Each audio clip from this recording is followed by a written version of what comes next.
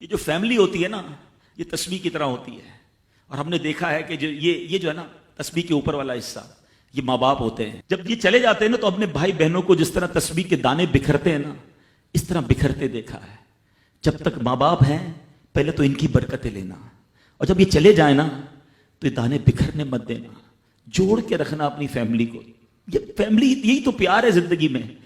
تھوڑے سے پیسوں کے لیے بھائی بہن لڑتے ہیں، جائیداد کے لیے بھائی بہن لڑتے ہیں، تھوڑے کاروبار کے لیے لڑتے ہیں. ارے قربان کر دو، کوئی بات نہیں، بھائی کو تھوڑا زیادہ چلا جائے، میری بہن کے گھر میں ہی جا رہا ہے نا، یہ تیرا ہے، یہ میرا ہے، نہ کیا کرے. یہ گھر کی محبتیں آپ کو بہت ساری بیماریوں سے بچاتی ہیں. حدیث پاک میں آتا ہے جس کا مضمون ہے جو چاہتا ہے کہ اس کی زندگی میں اضافہ ہو جائے، عمر میں اضافہ ہو جائے، بری موت سے بچے، اسے چاہیے کہ وہ صلہ رحمی کرے. صلہ رحمی کیا ہے؟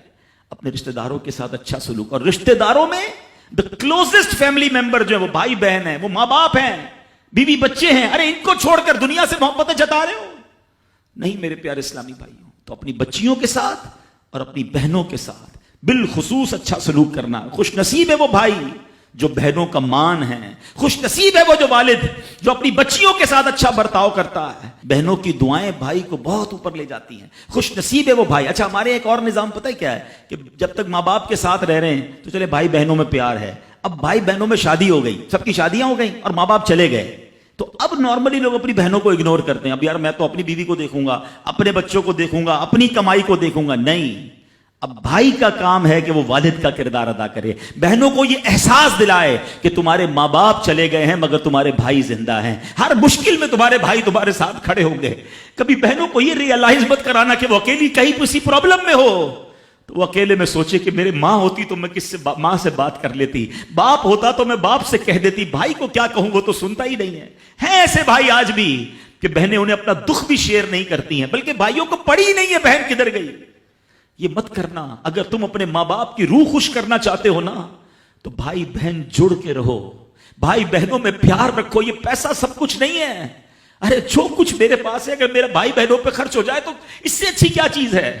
یہ یاد رکھے جو سوشل میڈیا پہ ہزاروں فرینڈ بنائے بیٹھے نا کہ میرے 5,000 فرینڈ تو میرے 10,000 فرینڈ، کسی دن بستر پر پڑو گے نا اسپتال میں تو اس بستر کے کنارے تمہیں تمہارے بھائی بہن ہی نظر آئیں گے.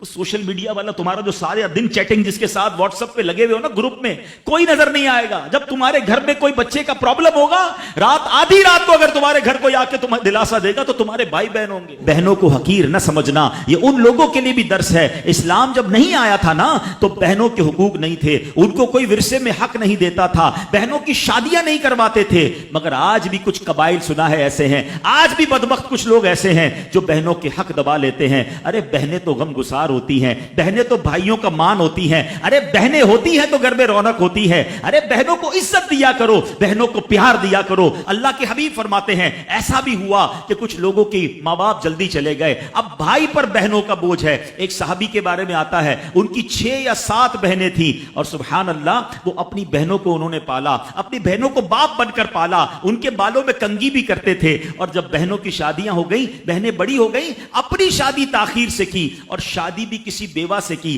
پوچھا گیا کہ کیوں بیوہ سے شادی کی؟ کہا میری بہنوں کو ایک ماں کی حاجت تھی، میں کوئی جوان لڑکی لے آتا تو بہنوں کا کیا ہوتا. اللہ اکبر. یہ صحابہ کا انداز. اور آج جو بہنوں کا حق دباتے ہیں، آج جو بہنوں کو ذلیل کرتے ہیں، نہ کرنا. ہمارا اسلام بہنوں سے محبت کا درس دیتا ہے.